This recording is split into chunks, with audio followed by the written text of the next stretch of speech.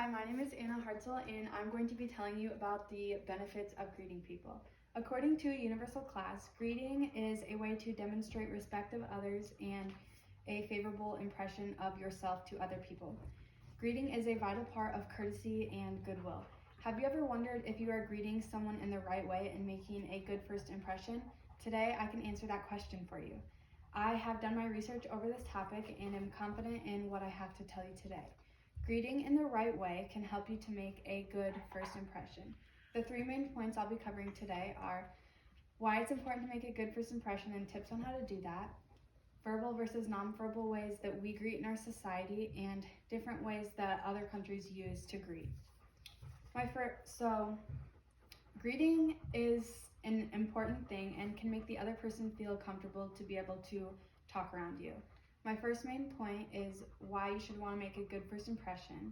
And making a good first impression can generate a lot of personal power. It can also give you many opportunities like getting a job and increasing your chances on a promotion. It's all about your confidence. For business people, businesses can help. Making a good first impression with the businesses can help to make relationships with your customers. It all just depends on how you act when they first walk in the door. All of your relationships are affected by the first impressions that you make, so make sure that you make it count. Making a good first impression to someone can make the other person, make them feel more of like you, a friend to them, than just a stranger or a coworker. Now I'm going to give you some tips on why it's important to want to make a good first impression. My first tip for you is to be presentable. Don't look like you just rolled out of bed, especially if you're going to an interview. Eye contact is another important thing, just like these two men are showing in the picture. When you are going to greet someone, smile and act like you're excited to greet them so that they know that you're excited. A firm handshake like these two are showing is a sign of trust and can give you a positive first impression.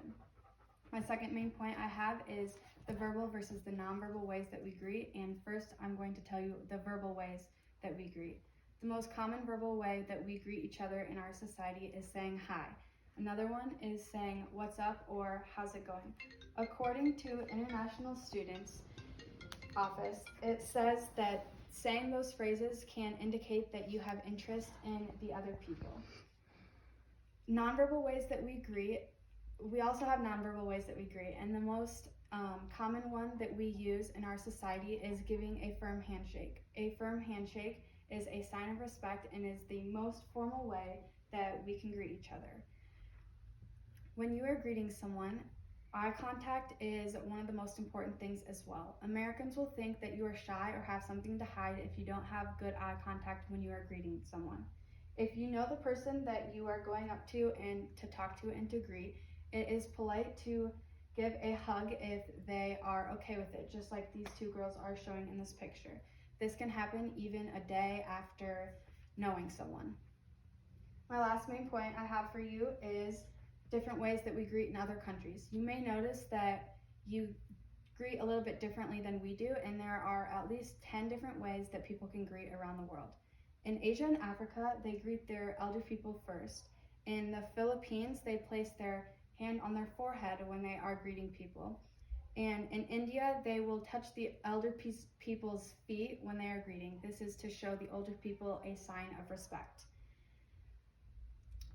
In Tibet, they will stick their tongue out when they are greeting someone, and you might think that's a little funny because it's not something we are used to. But according to Afar's Different Ways of Greeting article, this tradition has caught on because of the king. The monks would stick their tongue out to people to show that they came in peace, and there are also more other common ways that we greet each other and other countries use as well, so I'll now share a few of those with you. In China, Germany, and a few other places, they will do a handshake just like we do, but in Germany they will do just like one handshake. So we usually shake hands a few times, and they'll only do it once. So once they are done, they will let go of their hand and not do it as many times as we do. In China, they will have a lighter grip when they're doing a handshake, and for us, we do more of a firm grip when we go to greet someone. In Malaysia, they will put their hand on their heart when they greet someone that they love or someone that they care for. What they do in Malaysia is they will take the other person's hand, and then once they release it, they'll put their own hand on their heart, and they will nod to symbolize goodwill and an open heart. There are so many other ways that we can greet in other countries and here, but I hope I kept you intrigued on everything I told you today and why it's important you should want to make a good first impression. My 3 main points I covered today are why you should want to make a good first impression and tips on how to do that, verbal versus nonverbal ways that we greet in our society, and greetings that other countries use. Some people don't understand why it's important to want to have a good first impression and the important things. So I hope that today I helped you realize why you should want to make a good first impression and why greeting someone in the right way is so important.